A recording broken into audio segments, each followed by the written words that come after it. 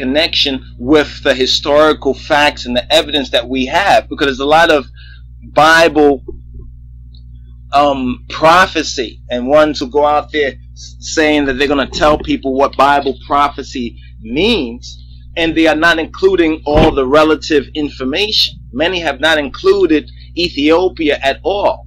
You understand? From ancient times or modern times, and how Ethiopia has also been a victim of that great dragon, of that mystery Babylon. You understand? It's clear in fascism, it's clear in the Mussolini attack, it's clear in what happened that led up to World War II. It's clear where His Imperial Majesty and those faithful, the martyrs, you understand, the Samaritan are coming from, and were coming from in that day, in that time. And it's so interesting how many Bible scholars would totally discount the testimony of the King of Kings, as well as the testimony of the cloud of witnesses. The cloud of witnesses, those wearing the white robes. And when we look at any of the historical footage and film of that time, it becomes clear that Ethiopia is, you understand, and was especially a biblical metaphor.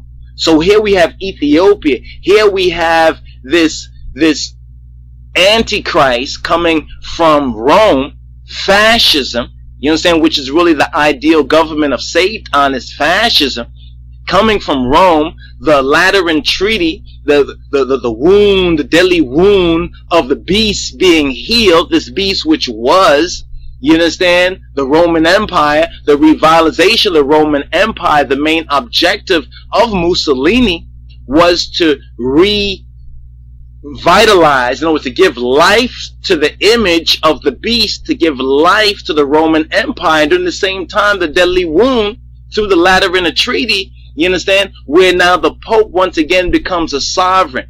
You understand? He becomes the representative for Satan.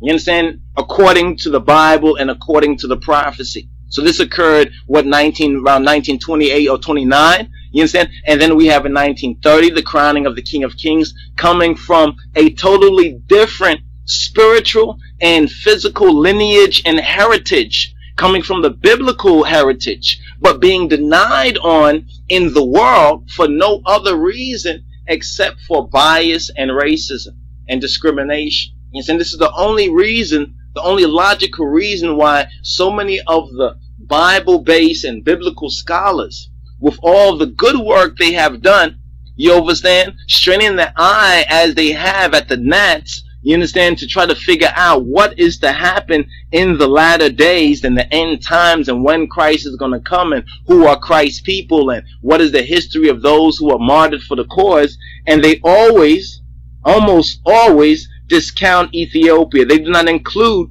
Ethiopia's suffering for the true faith. You understand? Yet, when we begin to study the facts, we see there's more evidence that proves that Ethiopia is a very important part. It's the missing link in Bible prophecy. Ethiopia is the missing link in Bible prophecy. You understand? In world history. You understand? But mainly in the biblical prophecies of the last time. So when you hear these Bible scholars talk about that God has revealed to them what is to happen in the last days and Revelation, go listen to them.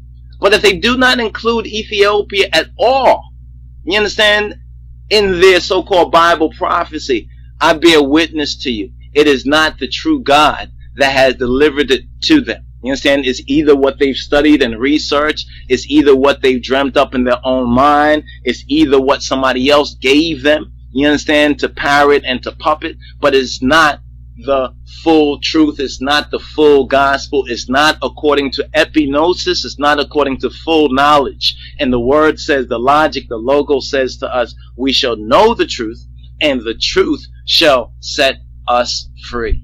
Amen.